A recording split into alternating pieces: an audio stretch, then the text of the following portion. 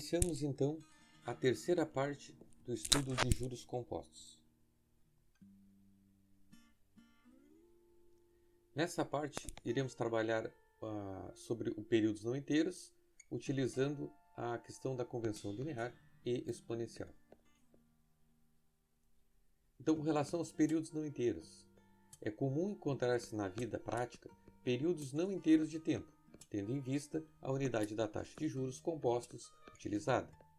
Quando isso ocorre, é possível adotar duas maneiras de cálculos, cujos resultados serão diferentes entre si.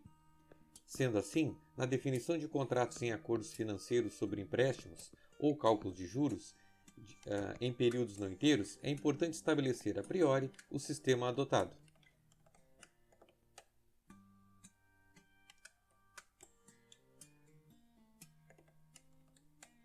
Então, para entendermos melhor a questão dos períodos não inteiros, as formas diferentes de cálculos para períodos não inteiros são denominadas convenções linear e exponencial. Então, as duas formas que a gente tem para cálculo de períodos não inteiros.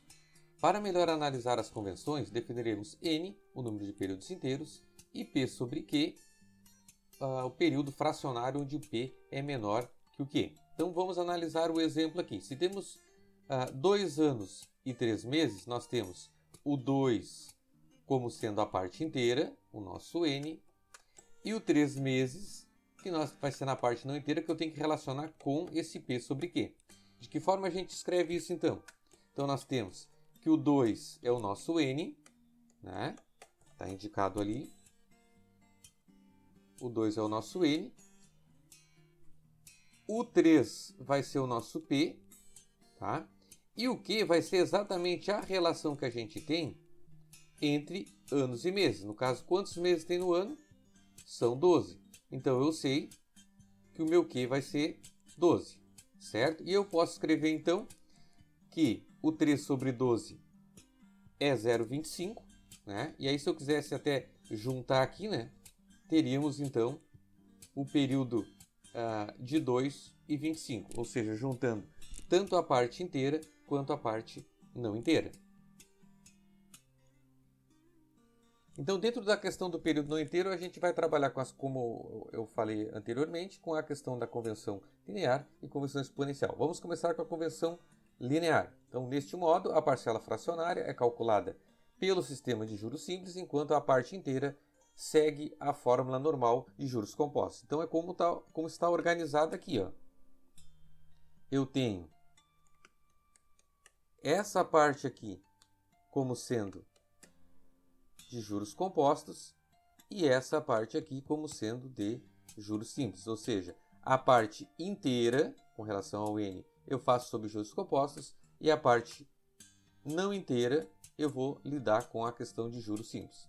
E aí eu tenho indicado, então, o n é o período, né, a parte inteira, o p é essa parte menor que a gente estava falando e o q é essa relação desse menor com maior, que foi o exemplo anterior que eu falei com relação à questão de mês e ano.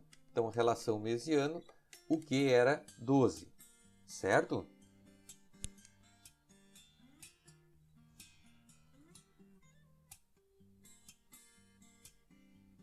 Vamos ao exemplo.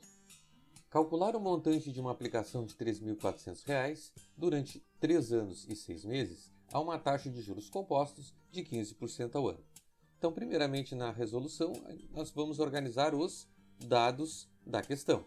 Então, temos ali R$ 3.400, que é a aplicação, o nosso PV.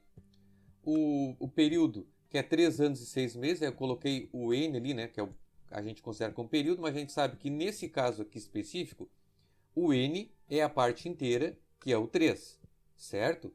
E os 6 meses nós vamos organizar como P e Q. Então, 6 vai ser o P, né? E o Q vai ser exatamente a relação que a gente tem de mês e ano. No caso, são 12 meses no ano, o nosso Q vai ser 12. Ok?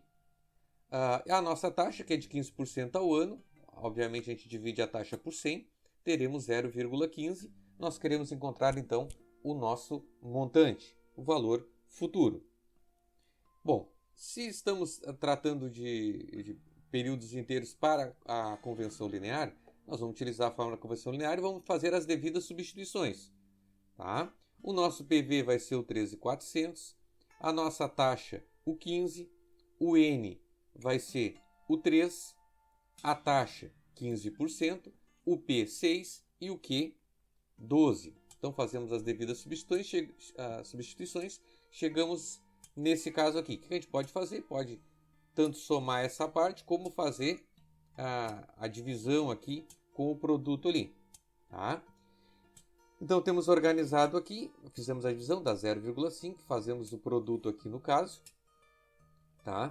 Então teremos 0,15 vezes 0,5, 0,075. Aqui 1,15 ao cubo vai dar 1,5209. Aí no caso agora a gente pode somar aqui esses dois valores. Teremos então 1,075. Aqui eu mantive e agora só fazemos o produto dos três valores. E aí temos R$ 5.558,89. Então esse é o montante no caso de uma aplicação pela convenção linear de R$ 3.400 durante 3 anos e meio a uma taxa de 15% ao ano. Agora com relação à questão do uso da HP, certo? Podemos fazer o cálculo dos períodos não inteiros pelos da HP. O que a gente faz? Basta nós colocarmos no caso aqui o PV 13.400, o CHS para deixar o valor positivo e apertar o PV, depois indicar o período e aqui a calculadora já faz direto, então eu sei que os 3 anos e meio é 3,5 anos, né? A taxa de 15% e a gente aperta o FV, vai dar o resultado ali. Deu uma diferencinha aqui em função de a calculadora a HP ela utilizar todos os valores após a vírgula. Tá? Bom, observando aqui com a nossa HP, tá? Então indicamos 13.400 CHS PV, colocamos ali, vai dar menos 13.400. Depois eu coloco 3.5 N, vai aparecer o 3.50 na calculadora. Depois eu coloco 15 I, vai aparecer o 15 ali na nossa calculadora financeira. E depois aperto o FV e teremos então o resultado 5.558 com 80 centavos. Ok? Com relação à convenção exponencial. Na convenção exponencial, o comportamento da parte fracionária é o mesmo da parte inteira, ou seja, o cálculo é feito pela fórmula de juros compostos para ambas as parcelas, sendo que o montante obtido da parcela inteira passa a gerar juros compostos na parcela fracionária. Então, o que acontece?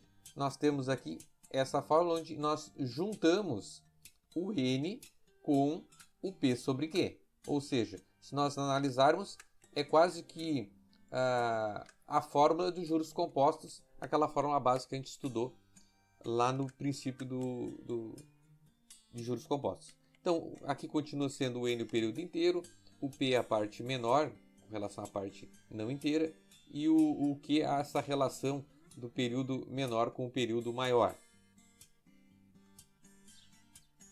Vamos ao exemplo. Então, calcular o montante de uma aplicação de R$ 3.400 durante 3 anos e 6 meses a uma taxa de juros compostos de 15% ao ano. Então, vocês podem observar que esse exemplo é o mesmo que nós utilizamos para a convenção linear. Então, justamente para a gente poder fazer um paralelo entre as duas convenções. Então, organizando aqui, nós temos ali como os dados, então, 3.400, que é o nosso PV. O nosso N, que vai ser 3 anos e 6 meses, aqui eu me refiro o 3 como sendo o N a parte inteira, e o 6, que seria, no caso, a relação do P sobre Q, 6 sobre 12. Que no caso aqui a gente poderia até, para a gente ter como a gente vai separar ali, 6 sobre 12, que vai ficar o 0,5. Né? E a nossa taxa, que é de 15% ao ano, no caso a gente divide a taxa por 100, vai dar o 0,15. Nós vamos encontrar então o nosso montante pela convenção exponencial. Então utilizamos a fórmula da convenção exponencial e aqui aquela diferença da linear. Nós vamos juntar a parte inteira com a parte não inteira. Então fazemos as substituições, no lugar do PV 3.400, no lugar do I 0,15, o nosso N que vai ser 3, o P 6 e o 12 o nosso Q. Bom, o que a gente faz aqui? Primeiro a gente divide aqui, pode somar aqui junto também. Então teremos 1.15 aqui, aqui dividimos o 6 por 12, como eu adiantei anteriormente, 0,5. Soma-se o 3 mais o 0,5, teremos 3,5, calcula-se 1.15 com o expoente 3,5, teremos 1.6309, fazendo o produto com 3.400, chegamos então a 5.545,06, diferente daquilo que a gente encontrou na convenção linear. Vamos utilizando o HP. Tá? Então, utilizando HP, no caso agora aqui, é que entra essa questão que é importante organizar aqui. Ó. STO e EX. Para que a gente faz isso? Para indicar na calculadora financeira, esse Czinho aqui está indicando que nós vamos utilizar o cálculo da convenção exponencial. Certo? E vocês podem observar que a fórmula que a gente utilizou para o cálculo da convenção exponencial é a mesma que a gente estava utilizando para todos os outros cálculos de juros compostos. Então, por isso que em todos os exemplos de juros compostos anteriormente, eu sempre utilizei esse Czinho com HP, porque ela teria que utilizar essa ideia de convenção exponencial. Então, o diferente é a convenção linear, que daí eu não utilizo aquele C. Então, todas as vezes que eu vou fazer o cálculo com juros compostos, sempre eu acabo utilizando esse Czinho aqui, que é da convenção exponencial. Bom, dito isso, seguimos. Então, colocamos ali 3.400, CHS PV, né, para indicar o PV, o valor presente. O 3.5 que é o nosso N, da mesma forma como a gente fez lá na linear, nós juntamos toda a parte inteira com a parte não inteira para informar para HP que ela faz essa diferenciação. A nossa taxa que é 15% ao ano, então coloca o 15 e o I. E aí a gente aperta o FV e vai encontrar então o resultado, conforme eu falei anteriormente para vocês, aquela diferencinha ali em função de utilizar HP, ela faz o arredondamento direto. Bom, depois a gente aperta o STO e EX para retirar o C para deixá-la no modo inicial da calculadora. Vamos aqui utilizando a nossa calculadora, então, indicamos STO e EX, aparece o nosso Czinho ali. Depois, o 3.400, e aí é aquela coisa assim, colocamos 3.400 aqui na calculadora, né? Depois vamos lá, CHS, que é para deixar negativo, e o PV aqui. Indicamos ali, vai dar o menos 13.400. Depois nós coloca o 3.5, né? Vem aqui no N, e aí chegamos no nosso de 13.500, certo? Depois, 15 a taxa 15% ao ano, né? Então, 15 que é o I, vou colocar o 15 aqui, depois indico no I da calculadora aqui, vai dar o 15. Depois, na sequência, eu vou apertar aqui no FV, que vai dar o nosso valor futuro, 5.545,20. Tá? STO e EX, para retirar o Czinho, a calculadora volta ao padrão inicial. Bom, então o que a gente pode fazer? A gente pode fazer uma comparação entre essas duas convenções. Ó. Como se pode observar, pelos resultados obtidos no exemplo, a convenção linear apresenta resultado superior à exponencial. Ao contrário do que normalmente se espera, os juros compostos tradicionalmente são vistos como mais onerosos, rende mais juros, que os simples.